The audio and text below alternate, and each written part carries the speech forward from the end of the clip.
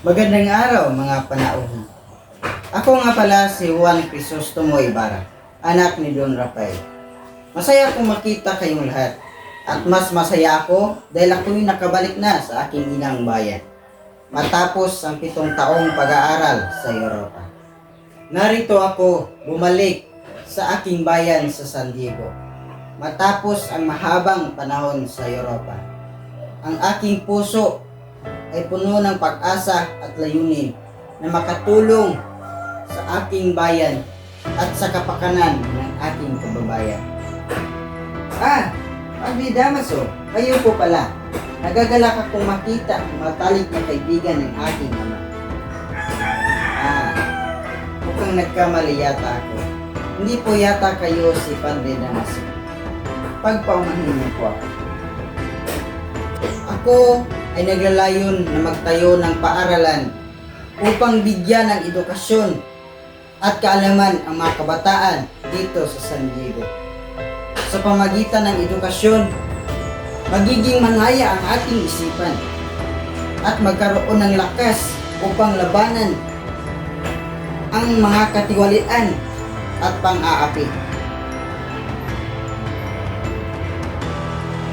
Magandang araw po, Tia Isabel. Nandiyan po ba si Maria Clara?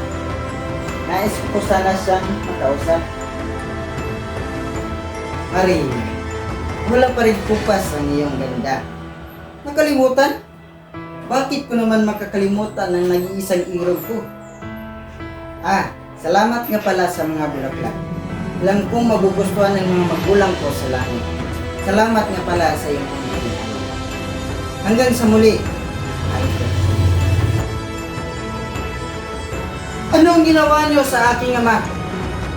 Anong ginawa niyo sa aking ama? Huwag kayong lalapit. Huwag kayong lalapit kung ayaw niyong masaktan. Alagad ng Diyos? Sino nagsabi siya alagad ng Diyos? Ikaw ang dahilan ng kanyang pagkamatay. Ang aking amay nakulong, nagbintangan, at pinatay. Hindi pa nakontento at tinapon pa kanyang labi sa lawa. Ngayon sabihin niyo, sinong anak ang hindi masaktan? Sino? Maria Clara, kung hindi lang kita mahal, ay baka napatay ka na sa taong ito sa kanila. Naway, maging inspirasyon ako sa aking mga kababayan na magkaroon ng tapang at determinasyon na ipaglaban ang kanilang karapatan at kalayaan. Ang pagmamahal sa bayan ay hindi lamang salita, kundi gawa. Tayo ay dapat magkaisa at magtulungan upang makamtan ang tunay na katarungan at kapayapaan.